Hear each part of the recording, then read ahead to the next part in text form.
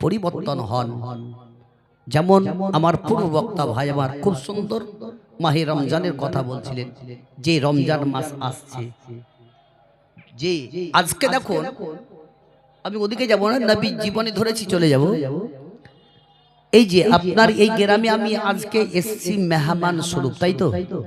কি এখন ধরেন মেহমান, কিংবা আপনার বাড়িতে কোনো বাহির থেকে একজন গ্রামে জালসা হচ্ছে বলে মেহমান আপনার বাড়িতে আসলো, ওই মেহমানটার সম্মানটা কিভাবে করবেন আপনি জানেন, তাই তো?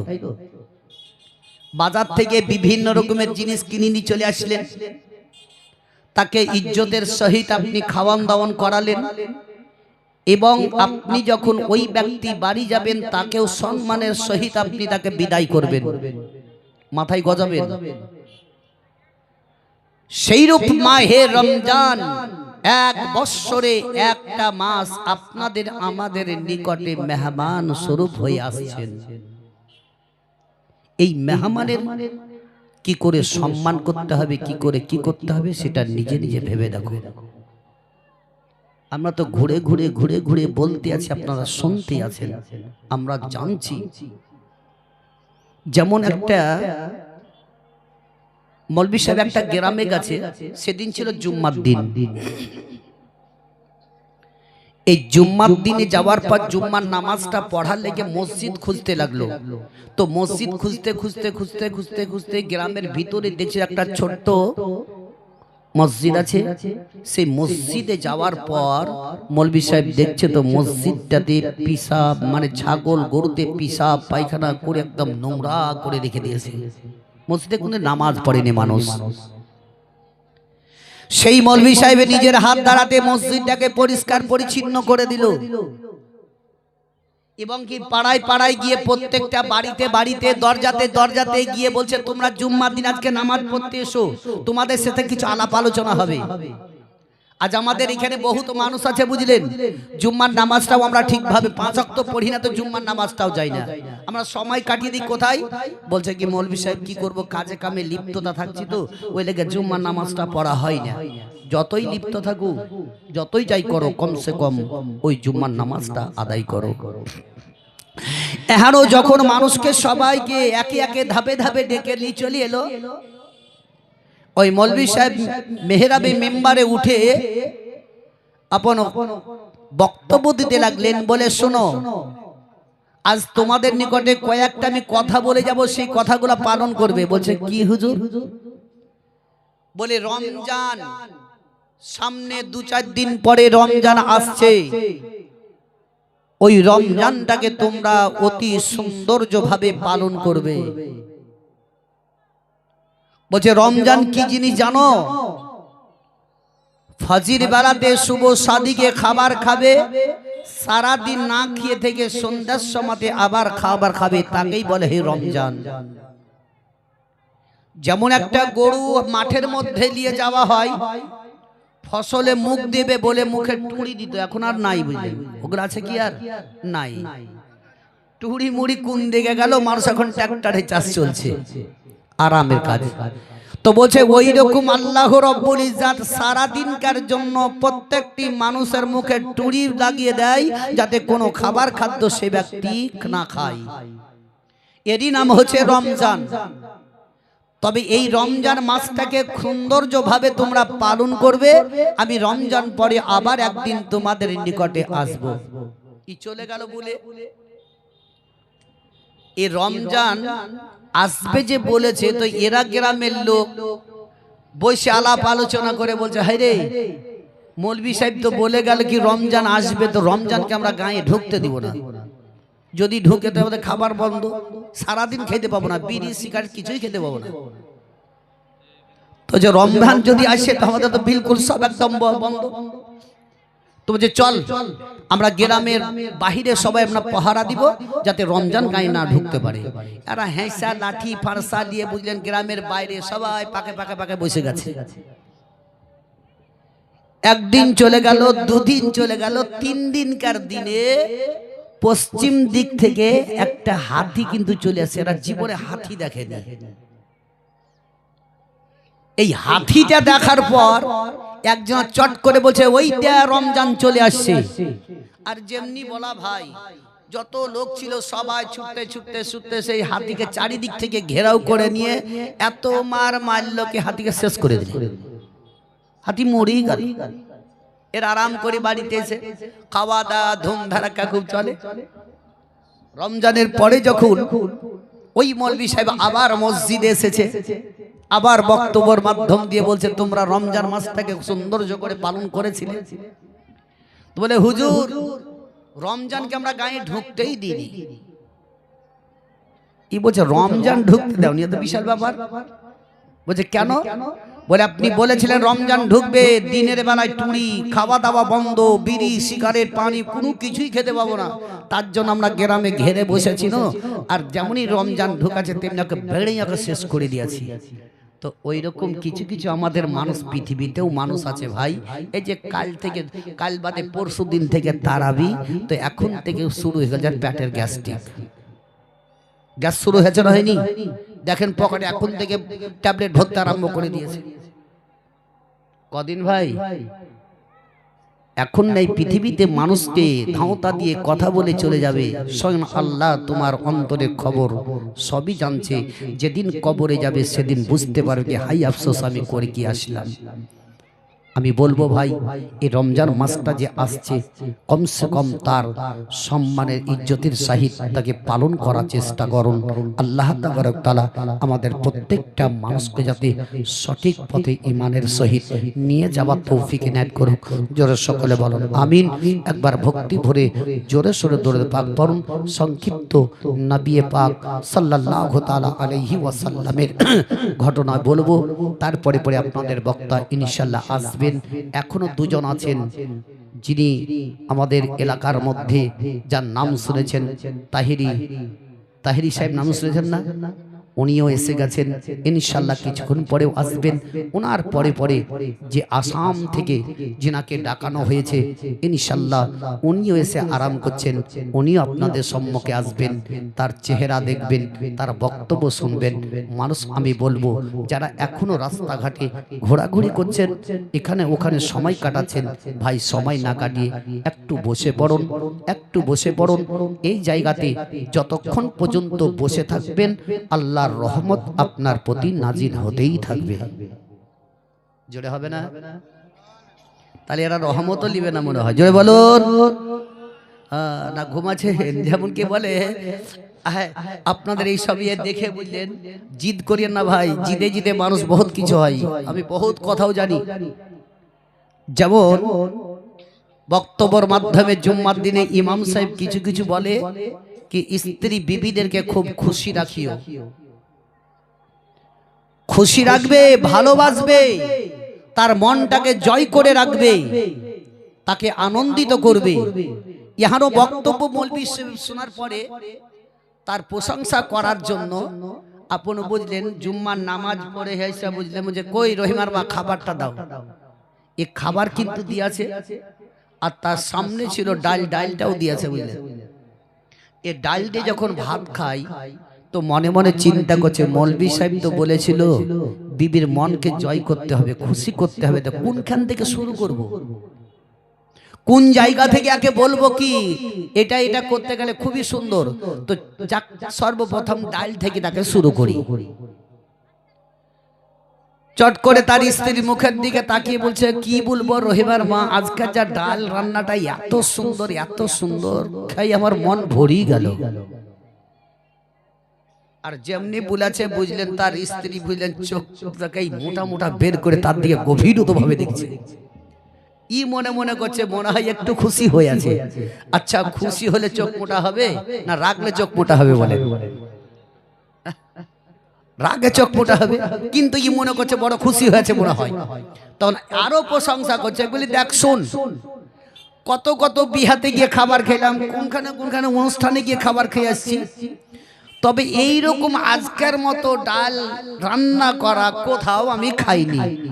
আর ওর হাতে ছিল বুঝলেন রুটি বেলা, কি বলে কে বেলুন, বেলুন হাতে ছিল আর মাথাতে ঠুস করে এক বাড়ি। তখন রহিমার বলছে বলো এত এত দিন ধরে তোমার বাড়িতে বসবাস করলাম, ওই রোদে ধূপে বৃষ্টিতে পানিতে ভিজে ভিজে খাবার রান্না করি তোমাকে খাওয়ালছি, তবুও তুমি একদিনও আমাকে বলো নাকি রহিমার মা তোমার হাতের রান্না এত সুন্দর। আর আজকাল ডালটা ওই পার্শ্ববর্তী ওই ভাবির কাছ থেকে চেহে নিয়েছি তোমাকে দিয়েছি, তাতেই তোমার খুব প্রশংসা। আচ্ছা মার খাবে না খাবে না বলে, কিন্তু ও তো ভাই জানে না কি পরে চেহে এসে ডাল দিয়েছে। তো ওই রকমও করতে গিয়ে পরের নিয়ে কখনো এ করতে যাবেন না ভাই। খুশি তবে জিদ ধরে না থেকে নিজের মনটাকে পরিবর্তন করো। যিনি বিশ্বের নবী, কুল কায়নাতের নবী জনাবে মুহাম্মদ রাসূলুল্লাহ সাল্লাল্লাহু তাআলা আলাইহি ওয়াসাল্লাম একদিন মা আয়েশা সিদ্দিকার বাড়িতে আরাম করছেন। আয়েশার মুখের দিকে দেখছেন, আয়েশা ও নবীর মুখের দিকে দেখছেন। জোরে বলো সুবহানাল্লাহ। স্বামী স্ত্রীর মধ্যে মেল মহব্বত যদি থাকে তারা দেখা দেখি করে না করে না, কিন্তু সেরকম আজ আমাদের পৃথিবীতে ওরকম নাই ভাই। এখন তো মা বোনরা ওই বড় বড় মোবাইল নিয়ে তো ব্যস্ত, তো স্বামীকেই বা কি খুশি করবে? যে মা বোনরা জোরহাত করে অনুরোধ করে বলবো, এই যে মাহে রমজান আসছে, এ মাহে রমজানে যে আমার ভাই একটু আগে কোরআন দিয়ে কথাবার্তা বলতেছিলেন, যদি তুমি দিনের বেলায় 24 ঘন্টা যেমন মোবাইলটাকে নিয়ে ঘোচাঘুচি করো, নাড়ানাড়ি করো, সেই মোবাইলটাকে বাদ দিয়ে দিনের মধ্যে যদি একবার তুমি পবিত্র কোরআন পড়তে পারো, তবে তুমি ইহকাল পরকালেও লাভবান হয়ে যাবে। কিন্তু এরা তো আর হাত দেয় না ওদিকে। এই রমজান মাস আসছে, হয়তো একটুকু পড়বে, বাদ বাকি তখন আবার মোবাইল নিয়ে ব্যস্ত হয়ে যাবে। আবার 27 রমজানে এসে বলবে কি মৌলভী সাহেব আমি আমার এই 27টা রমজানে 25 পারা পড়া হয়েছে, বকশিস দেওয়া হবে কি? 27 রোজাতে 25টা পারা পড়েছে, মানে বিশাল পড়ে দিয়েছে, তাই না? কত পড়েছে তাহলে? বিশ্বের নবী মা আয়েশার মুখের দিকে তাকিয়ে তাকিয়ে বলতে লাগলেন, বলে ও গো আমার হুমায়রা আয়েশা সিদ্দিকা, তুমি একবার আমার মাথাটা একটু ছেড়ে ধরো না কেন? বিশ্বের নবীর মাথাটাকে একটু উঁচু করে ধরলেন। দয়ার নবী মুস্তাফা বললেন, ওগো আমার হুমায়রা, ওই আমার মুখটাকে মসজিদে নববীর দিকে একটু করে দাও। দয়ার নবীর মুস্তাফার মুখখানাকে মসজিদে নববীর দিকে যেমনি করে দিলে, দয়ার নবী আমার তাকিয়ে তাকিয়ে দেখার পরে বললেন, ওগো আমার হুমায়রা, আমার মাথাটা একটু নিচু করে দাও। যেমনি নিচু করে দিলে দয়ার নবীর দুই চোখ দিয়ে পানি পড়তে লেগে গেল। মা আয়েশা সিদ্দিকা রাদিয়াল্লাহু তাআলা আনহা বলেন, ইয়া রাসূলুল্লাহ, ইয়া হাবিবাল্লাহ, নবী গো, ওগো আমার স্বামী মাথার মনি নয়নের তারা, আপনি এইভাবে কেন কাঁদতে আছেন? আপনার দুই চোখ দিয়ে কেন পানি পড়ে যায়? দয়ার নবী বললেন, ওগো আমার হুমায়রা, আমার দুই চোখ দিয়ে পানি পড়তেছে একমাত্র আমার খুশিতে, আনন্দিতে আমার চোখ দিয়ে পানি পড়ে। হযরতে আয়েশা বললেন, ইয়া রাসূলুল্লাহ, তবে এমন কোন খুশিতে কান্না করেন? তবে আমি কিছুই বুঝতে পারি না ইয়া রাসূলুল্লাহ। মানুষ কখনো খুশিতে কাঁদে না, যখন দুঃখের কথা মনে পড়ে যায় তখনই তার দুই চোখ দিয়ে পানি পড়ে যায়। আল্লাহর নবী দয়ার মুস্তাফা রাহমাতুল লিল আলামিনকে বললেন, ওগো আমার স্বামী, ওগো আমার স্বামী মাতার মনি নয়নের তারা, তবে দেখবেন কোন মানুষের যদি দুনিয়া থেকে পৃথিবী থেকে বাপ চলে যায়, ওই সমাজে তার আব্বাকে মনে পড়ে যায়, তখনই তার দুই চোখ দিয়ে পানি পড়ে যায়। ইয়া রাসূলুল্লাহ, যদি কাউরির দুনিয়া থেকে মা চলে যায়, মা মা মা মা করে তার দুঃখে কষ্টে দুই চোখ দিয়ে পানি পড়ে যায়, তবে আপনার চোখ দিয়ে যে পানি পড়তেছে খুশিতে, কারণটা কি একটু বলো না কেন? নবী আমার বললেন, হুমায়রা, ওই মসজিদে নববীর দিকে তাকিয়ে তাকিয়ে আমি একটা কথা আমার মনে পড়ে গেল। বলে এমন কোন কথা মনে পড়ে গেল? দয়ার নবী বললেন, ও হুমায়রা, দেখো মসজিদে নববীতে তারা নামাজের জন্য একত্র হয়ে আছে, তারা নামাজ পড়ার জন্য ইন্তজার করতেছে। ওই নামাজটাকে প্রতিষ্ঠিত করতে গিয়ে আমি বদরের যুদ্ধের ময়দানে লড়াই করেছি। ওই নামাজটাকে প্রতিষ্ঠিত করতে গিয়ে উহুদের যুদ্ধে লড়াই করেছি। ওই নামাজটাকে আবাদ করতে গিয়ে আমি এমনকি ইহুদি নাসারারা আমার শরীরের মধ্যে পাথর মেরেছে, দড়ি বেঁধে বেঁধে আমার প্রতি অত্যাচার করেছে, তবু এই নামাজটাকে আমি প্রতিষ্ঠিত করতে ছাড়ি নাই। ওগো হুমায়রা, তবে আমার উম্মতিরা কিয়ামত হবার আগে পর্যন্ত এই নামাজটা তারা পড়তে থাকবে, তার খুশিতে আমি কান্না করি। বলো নবী এত কষ্ট করেছেন এই নামাজের জন্য। কোরআন বলছে আকিমুস সালাত, তোমরা নামাজ কায়েম করো। কিন্তু যে নামাজকে আমরা অবহেলা করে ছেড়ে এখানে ওখানে বসে বসে কাটিয়ে কাটিয়ে সময়টা পার করে দিই, সেই নামাজের জন্য খুব কষ্ট করেছে। তবে ভাবছি ভাইরা, একটু তাদের জীবনী কাহিনী শুনে যদি মনে মনে চিন্তা ভাবনা করুন, তবে আমরা বহুত পরিবর্তন হয়ে যাব। কিন্তু আজ আমরা পরিবর্তনটা কোথায় হতে যাচ্ছি? আমরা জিদ ধরে থাকছি কি যা হবে কবরে দেখা যাবে, যা হবে হাসরে দেখা যাবে। কিন্তু না, সব কিছু জিনিসে পৃথিবীর দুনিয়াতে আল্লাহ কিছু কিছু জিনিস দেখিয়ে দেয়। যেমন একটা আলেম, মাদ্রাসার শিক্ষক, প্রত্যেক দিন সকাল বেলাতে মাদ্রাসাতে ছাত্রদেরকে শিক্ষা দেওয়ার জন্য চলে যায়। যেমন আপনাদের যিনারা শিক্ষকতা আছেন, ওনারা সকাল বেলায় উঠে ছাত্র ছাত্রীদেরকে শিক্ষা দেওয়ার জন্য চুপচাপ আপন বসে যায়, হিদায়াত দেয়, শিক্ষা দেয়। সেইরকম ওই মৌলভী সাহেব প্রত্যেক দিন তার বাড়ি থেকে মাদ্রাসা হেঁটে যেতে যেতে যেতে তার বীজখান্ডে একটা কবরস্থান পড়ে।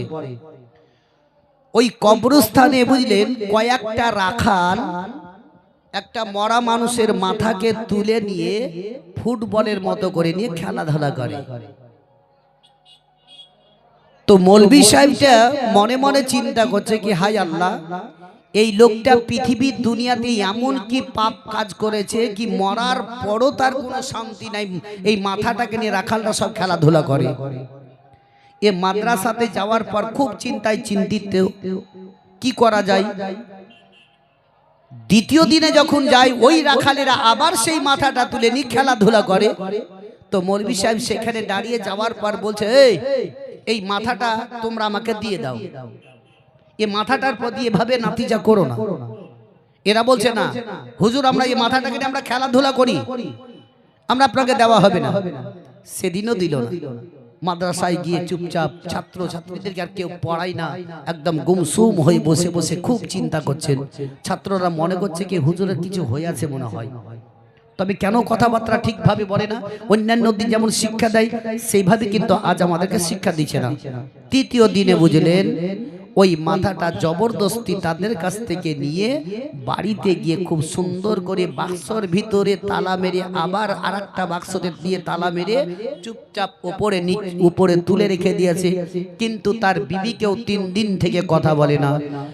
তার স্ত্রী মনে মনে চিন্তা করলো, বলে হয়তো মৌলভী সাহেব আমার স্বামী আমার সঙ্গে কথাবার্তা বলে না, কেননা হয়তো কোনো মেয়ের সঙ্গে প্রেমে মহব্বতে পড়ে গেছে, ওই জন্য কয়েকদিন থেকে আমার সঙ্গে আলাপ আলোচনা করে না। দেখবেন মেয়েদের জেহেনটা অন্যদিকে তাড়াতাড়ি চলে যায়। স্বামী কি অবস্থায় আছে, কেন কথা বলে না, বাড়িতে গুমসুম হয়ে কেন আছে, সেটাও কিন্তু জিজ্ঞাসা করে নাই। স্বামীর কাছে চলে যায়, কথাবার্তা ঠিকভাবে বলে নাই, খাবার খাদ্য পর্যন্ত ঠিকভাবে খায় নাই, খালি চিন্তা বলে আল্লাহ গো এই লোকটা পৃথিবীতে এমন কি ভুল কাজ করেছে কি মরার পরও তার কোনো পেটে শান্তি নাই, এখনো পৃথিবীতে তার মাথা নিয়ে তারা এইভাবে নাতিজা করতে আছে। ওই মাথাটাকে বাক্সতে ভরে আপন মাদ্রাসায় চলে গেছে, এদিকে ছাত্রদেরকে পড়ায়। তার স্ত্রী মনে মনে চিন্তা করলো প্রত্যেক দিন ওই মাদ্রাসা থেকে আসার পরে ওই বাক্সর দিকে আমার স্বামী তাকায়, তবে বাক্সর মধ্যে এমন কি আছে সেটা একবার পেরে আমি দেখব। ওই বাক্সর তালাটাকে ভেঙে যেমনি বাবা দেখল তার ভিতরে আর একটা বাক্স আছে, সেটাতেও তালা বন্ধ করা আছে, ওটাকেও আপন ভেঙে দেওয়া হলো। যেমনি ভেঙে দিল মুখটা চাড়ার পরে দেখছে বাক্সর ভিতরে একটা মরা মাথা ভরা আছে। তার স্ত্রী মনে মনে চিন্তা করলো, বলে হাই রে মাথা রে, তোর লেগে আজকে কয়েকদিন থেকে আমার স্বামী আমার সঙ্গে ভালো করে কথা বলে না, খাবার খাদ্য খায় না, তবে তোর 12টা না বাজা পর্যন্ত আমি ছাড়বো না। মাথাকে এবার বলছে তোর 12টা না বাজে ছাড়বো না, তোর লেগে আমার সাথে কথাবার্তাও ঠিকভাবে বলে না, খাওয়া দাওয়া পর্যন্ত করে না। এখানেও বুঝলেন ছাওয়া, বুঝেন ছাওয়া? আগেকার বয়স্ক লোক ছাওয়া বুঝে, মানে ছাওয়াতে ধান দিয়ে চাল বের করে খেত না, ও আর নাই। আপনার দেশে কি বলে কে জানে, আমাদের দেশে ছাওয়া বলে। ঢেকি হচ্ছে পাতে মারা আর হাতে ঠাকা ঠাক ঠুকে দেন, ওটাকে ছাওয়া বলে। তো ওই বুঝলেন ওই বড় কাঠের তৈরি করা ছাওয়া ছিল বুঝলেন, ওকে লিয়াইসা বুঝলেন, ওকে দিলে ভরি আর লাগলো ঠুকতে টুকতে টুকতে মাথাটাকে একেবারে আটার মতো করে দিয়ে চারিদিকে ছিটিয়ে রেখে দিয়েছে। এদিকে মৌলভী সাহেব মাদ্রাসা থেকে বাড়ি আসার পর বাক্সর দিকে দেখছে তো বাক্স ভাঙা, তালা ভাঙা। কি ব্যাপার? তাড়াতাড়ি বাক্স দেখছে, লেড়েতে মাথা নাই। তখনই তার স্ত্রীকে জিজ্ঞাসা করছে তার মধ্যে মাথা ছিল, সে মাথাটা গেল কোথায়? বলে এই মাথার জন্যই তো আপনি কয়েকদিন থেকে কথা বলেন না, খাওয়া দাওয়া করেন না, তার জন্য মাথাটার আমি 12টা বাজিয়ে দিয়েছি। ওই দেখেন চিঠি পড়ি। আল্লাহর কাছে দোয়া করতে লাগলো, বলে আল্লাহ গো, ও গো পাক পারওয়ারদিগারে আলাম, তুমি আমার স্বপ্ন যোগে বলেছিলে এই মাথার আরো নাতিজা হবে। আল্লাহ আজকে আমার নজরে চোখের মধ্যে পড়ে গেল পৃথিবীতে এমন কি ভুল কাজ করেছে। তবে বাপজিরা, ও ভাইরা, মা বোনেরা আমার, যদি একটু একটু আমরা বুঝতে পারি তবে আমরা সকলে একটু একটু পরিবর্তন হয়ে যাব। আমি শেষ আপনাদেরকে জোরহাত করে বলে যাই, তবে একটু পরিবর্তন হয়ে আখিরাতকে চিন্তা করে, জাহান্নামের আগুনকে স্মরণ করে, কবরকে ইয়াদ করে আল্লাহর ইবাদতে ধাবিত হয়ে যান, আল্লাহর ইবাদতে ধাবিত হয়ে যান। কেন পৃথিবীতে আল্লাহ বহুত কিছু দেখিয়ে দেয়, তবু আমরা পরিবর্তন হতে পারি না। বিশ্বের নবী, কুল কায়নাতের নবী জনাবে মুহাম্মদ রাসূলুল্লাহ সাল্লাল্লাহু তাআলা আলাইহি ওয়াসাল্লাম মা আয়েশা সিদ্দিকার সঙ্গে আলাপ আলোচনা করতেছিলেন। এমন সমাতে স্বয়ং জিবরিল আমিন বিশ্বের নবীর কাছে আসার পরে বললেন, ইয়া রাসূলুল্লাহ, ইয়া হাবিবাল্লাহ, নবী গো, আপনার নিকটে আমি এমন একজন ব্যক্তি নিয়ে এসেছি, আপনি যতক্ষণ পর্যন্ত ইজাজত না দিবেন ততক্ষণ পর্যন্ত আপনার নিকটে যাবে না। দয়ার নবী আমার বললেন, জিবরিল, তবে এমন কারে সঙ্গে নিয়ে এসেছো বলো। বলে, ইয়া রাসূলুল্লাহ, যার নামখানা হলো হযরতে ইসরাঈল আলাইহিস সালাম, প্রত্যেক মানুষের জান কবজ করে, তবে কাউরির কাছে ইজাজত নেয় না। বিনা ইজাজতে আপন তার কাছে হাজির হয়ে তার রূহটাকে কবজ করে নিয়ে চলে যান। তবে ইয়া রাসূলুল্লাহ, আপনার রূহ জানটাকে কবজ করার জন্য এসেছেন, আপনি যতক্ষণ পর্যন্ত ইজাজতে না দিবেন ততক্ষণ পর্যন্ত আপনার রূহ জানখানা কবজ করবে না। দয়ারে নবীজি হযরতে জিবরিল আমিনকে বললেন, ও জিবরিল যাও ইসরাইলকে আমার নিকটে পাঠিয়ে দাও। হযরতে ইসরাইল আলাইহি ওয়াসাল্লাম বিশ্বের নবীর কাছে এলেন। দয়ার নবীর কাছে গিয়ে বলেন, ইয়া রাসূলুল্লাহ, ইয়া হাবিবাল্লাহ, নবী গো, আপনার রূহ জান খানা কবজ করতে এসেছি। যদি আপনি ইজাজত দেন তবে আপনার রূহটা আমি কবজ করব, নচেত আমি এইখান থেকে ওয়াপসি চলে যাব। দয়ার নবী মুস্তাফা রাহমাতুল লিল আলামিন বললেন, ও ইসরাইল, দেরি করো না, অতি তাড়াতাড়ি তুমি আমার রূহটা কবজ করে নাও। তবে বাপজিরা ভাইরা আমার, বিশ্বের নবী রূহখানা কবজ করার জন্য ইসরাইল এসেছেন। এদিকে আল্লাহ রাব্বুল ইজ্জত সমস্ত ফেরেশতাদেরকে বললেন, এ ফেরেশতারা, তোমরা সকলে কাতারে কাতারে দাঁড়িয়ে যাও, তোমরা লাইনে লাইনে দাঁড়িয়ে যাও, তোমরা সাবেদে নাও, যেহেতু আমার বিশ্বের নবীর রূহখানা আসতেছে। জোরে বলুন। নবী মুস্তাফার রূহ নিয়ে যাওয়ার আগে সমস্ত ফেরেশতাদেরকে লাইনে দাঁড়িয়ে দেওয়া হলো।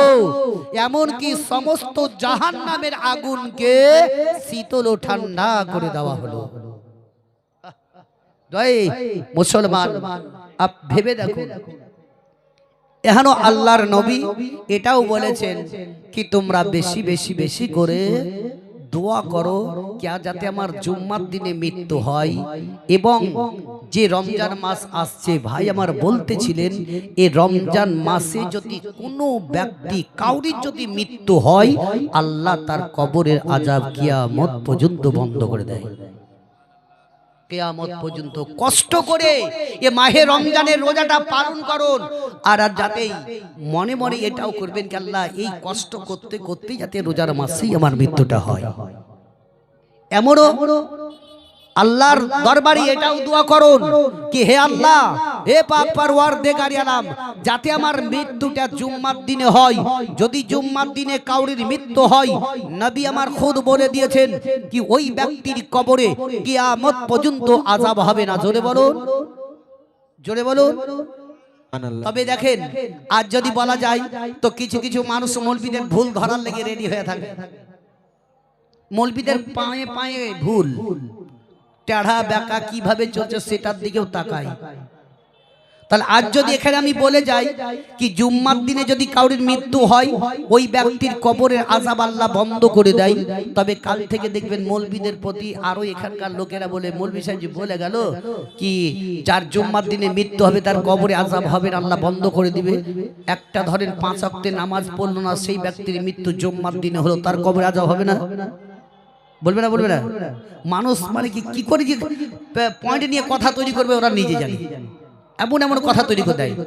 তাহলে ভাই এখানে বুঝিয়ে দিই कि अल्लाहर नबी दयार मुस्तफा सल्लल्लाहु ताला अलैहि वसल्लम अपन उदाहरण दिए बुझिए दिलेन कि आमार काछे 5000 उनार काछे 500 उनार काछे 5 टाका तीनटाई टाका ताई तो किन्तु तार मध्य जे किन्तु कम बेशी नबी आमार बोललेन पृथिवीते बेঁচে থাকাকালীন কোনো ব্যক্তি যদি কিঞ্চিত পরিমাণ নেকি সঞ্চয় করে থাকে তার মৃত্যু যদি জুম্মার দিনে হয় আল্লাহ তার কবরের আযাব কিয়ামত পর্যন্ত বন্ধ করে দেয়। সুবহানাল্লাহ। বেশি বেশি করে দোয়া করো कि अल्लाह যাতে আমার জুম্মার দিনে মৃত্যুটা হয়। ওই দয়ার নবী মুস্তাফা রাহমাতুল লিল আলামিন হযরতে ইসরাইল আলাইহি ওয়াসাল্লাম কে বললেন, ও ইসরাইল তবে আর দেরি করো না, গতি তাড়াতাড়ি আমার জানখানা কবজ করে নাও। বিশ্বের নবীর সিনাতে যখন হাতখানা দিলেন, আবার কোন কোন কিতাবের মধ্যে এটাও লেখা আছে হযরতে ইসরাইল আলাইহি ওয়াসাল্লাম দরজাতে এসে আওয়াজ দিলেন। হযরতে মা ফাতেমা জোহরা রাদিয়াল্লাহু তাআলা আনহা বসেছিলেন, বললেন কে আছো গো? তখন ইসরাইল বলেছিলেন আমি রাবি আছি, দরজা কানা খুলে দাও। ফাতেমা তো জোহরা বলেছিলেন ও রাবি ওয়াপসি চলে যাও, আব্বা এখন অসুস্থ হয়ে আছেন, তোমার সঙ্গে আলাপ আলোচনা করতে পারবে না, কথাবার্তা বলতে পারবে না, তবে ওয়াপসি চলে যাও। একবার নয়, দুইবার নয়, তিনবার তাকে আওয়াজ দেওয়া হয়েছিল। এদিকে হযরতে ইসরাইল আলাইহিস সালামকে নবী আমার বললেন ও গো ইসরাইল, তুমি আমার রূহ জান কানা কবজ করে নাও। দয়ার নবী মুস্তাফার সিনাতে যখন হাত কানা দিয়ে দিলেন, সঙ্গে সঙ্গে নবী মুস্তাফা আমার ইসরাইলের দিকে লক্ষ্য করে বলেন ও গো ইসরাইল, তুমি যে আমার সিনাতে হাতটা রাখলে, মনে হচ্ছে কি উহুদ পাহাড় আমার সিনাতে পড়ে গেল। সুবহানাল্লাহ। সিনাতে পড়ে গেল। হযরতে ইসরাইল আলাইহিস সালামকে বলছেন ওগো ইসরাইল, তোমার হাতের যে এত ওজন, এত ভারী, আমার উম্মতিরা সহ্য করতে পারবে না। ওই সমাতে ইসরাইল আলাইহিস সালাম বললেন ইয়া রাসূলুল্লাহ, ইয়া হাবিবাল্লাহ, নবী গো, আপনার উম্মতির রূহটাকে জানটাকে আমি ওইভাবে কবজ করব যারা পরহেজগার মুত্তাকি হবে, যারা ঈমানদার হবে, যারা 5 ওয়াক্তের নামাজি হবে। ইয়া রাসূলুল্লাহ, তাদের রূহটাকে আমি ওইভাবে কবজ করব, তাদের জানটাকে আমি ওইভাবে নিব যেমন কি ছোট ছোট ছোট বাচ্চারা মায়ের স্তনে দুধ পান করতে করতে ঘুমিয়ে যায়, মা কিছুই বুঝতে পারে না। ইয়া রাসূলুল্লাহ, ওই পরহেজগার মুত্তাকি লোকেদের 5 ওয়াক্তের নামাজীদের আমি রূহটাকে ওইভাবে কবজ করব, তারা কিছুই বুঝতে পারবে না।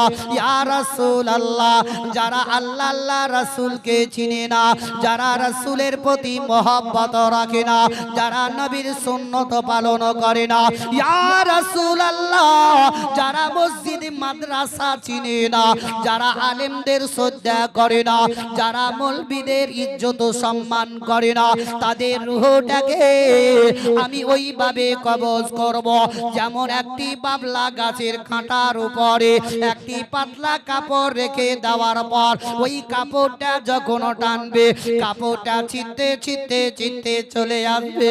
ইয়া রাসূলুল্লাহ, ওই ব্যক্তিদের রূহটাকে কাপড় টানা করে যখন আমি টানতে থাকবো, তখন কাউরির পা বেঁকা হয়ে যাবে, কাউরির হাত বেঁকা হবে, কেউ পিসাব পায়খানা করে দিবে, তখন সে আপন বুঝতে পারবে। বলছে মুসলমান বলুন, এরকম আমাদের দেশে মানুষের মৃত্যু হয় না? হয় না? হয়তো কাউরি পা বেঁকা হয়, কেউ পিসাব পায়খানা করে দেয়, কেউ মুখটাকে হাঁ করে থেকে যায়।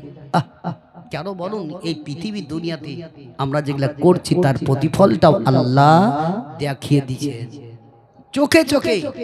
আমি খোদার কসম করে আপনাদেরকে একটা কথা বলে যাই, কি মানুষ যখন মরে আমরা কবরস্থানে মাটি দিই না? দিই না? এই কবরটা যদি জানতাম কি কবর এমন একটি জায়গা, তাহলে ওই কবরে তাকে মাটি না দিয়ে আমরা বাড়িতে তার দেহটা রেখে দিতাম। এই বাঁশ যেগুলো আমরা চাপাই, এই বাঁশটা দেওয়া যেগুলো আমরা ছাহনি করে দিই, বলছে ওই বাঁশ পচার আগে আগে মানুষের শরীরটা আগে পচে যায়। বাঁশ পচার আগে মানুষের শরীর আগে পচে যায়। তবে বাপজিরা, ভাইরা আমার, একবার মওতকে স্মরণ করুন। আপনার চোখের সামনে দিয়ে কত লোক গেল, কেউ ফিরে এলো না।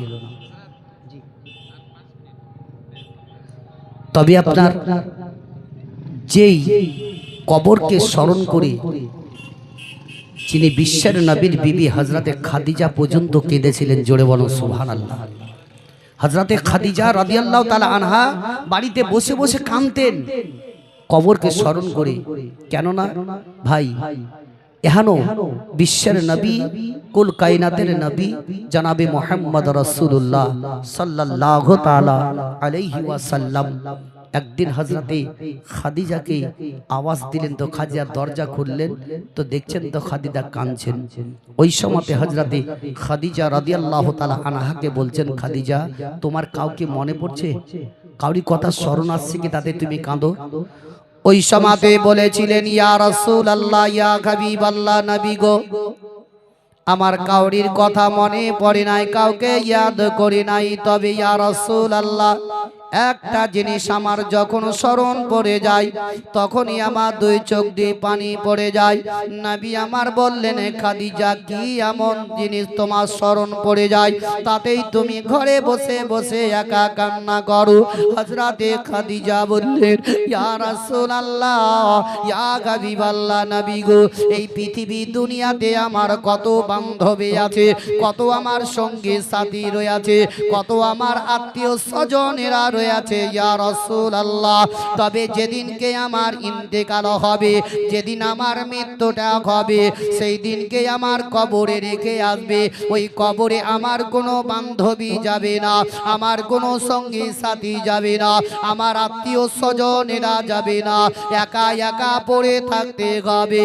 তাই ইয়া রাসূলুল্লাহ, আমি ওই কবরটাকে স্মরণ করে আমি বাড়িতে বসে বসে কান্না করে যেই কবরকে যখন মনে পড়ে আমার কলেজা খানা চুরচুর হয়ে যায়। তবে বাপজিরা, ভাইরা আমার, ও আমার মা জননীরা, একবার মাথায় কথাটা জেহেনটা খাটান, কি বাস্তবত চলে গেল, একা একা যেতে হবে, কেউ সঙ্গে যাবে না, বাপ যাবে না, বেটা যাবে না, বেটি যাবে না, স্ত্রী যাবে না, আত্মীয় স্বজন বন্ধু বান্ধব কেউ যাবে না, একা একা সেই জায়গায় থাকতে হবে। তবে নিজে নিজে নাফসি নাফসি করতে হবে। তবে জোরহাত করে বলে যায়, একটু একটু পরিবর্তন হয়ে যান, এতদিন যা করেছেন তোবাদিল্লাহ করে আল্লাহর ইবাদতে ধাবিত হয়ে যান। মাহে রমজান আসতেছে, ওই রমজান মাসের রোজাটা শুরু থেকে শেষ পর্যন্ত আপনি ঠিকভাবে আদায় করার চেষ্টা করুন। আল্লাহ রাব্বুল ইজ্জত বলেছেন, হে আমার বান্দা বান্দিরা, যারা এখনো রমজান মাসে রোজা শুরু থেকে শেষ পর্যন্ত পালন করবে, তার জন্য জমরুদ পাথর দিয়ে তার জন্য একটা অট্টালিকা ঘর তৈরি করে দেওয়া হবে। আর সেই ঘরে একটা নয়, দুইটা নয়, 1000টি দরজা থাকবে। আর সেই দরজায় এক একটি গাছ থাকবে। সেই গাছের তলাতে, গাছের ছায়াতে 100 বৎসর যদি সফর করে তবুও কিন্তু সে শেষ করতে পারবে না। তবে বাপজিরা, ভাইরা আমার, ও দরদি জননীরা আমার, একটু চিন্তা ভাবনা করবেন, রাত্রিবেলাতে আমরা দুনিয়া পৃথিবীতে আসার পরে এমন কি কাজ করতে আছে। এখনো দয়ার নবী রাহমাতুল লিল আলামিন যখন ইসরাইলকে বলেছিলেন, ওগো ইসরাইল, তুমি আমার জানটি কবজ করো, বিশ্বের নবী জানটি জহুটাকে যখন কবজ করা হয়ে গেল, দয়ার নবী মুস্তাফার নিকট থেকে ওই রূহটা নিয়ে আস্তে আস্তে চলতে লাগলেন। দয়ার নবীজি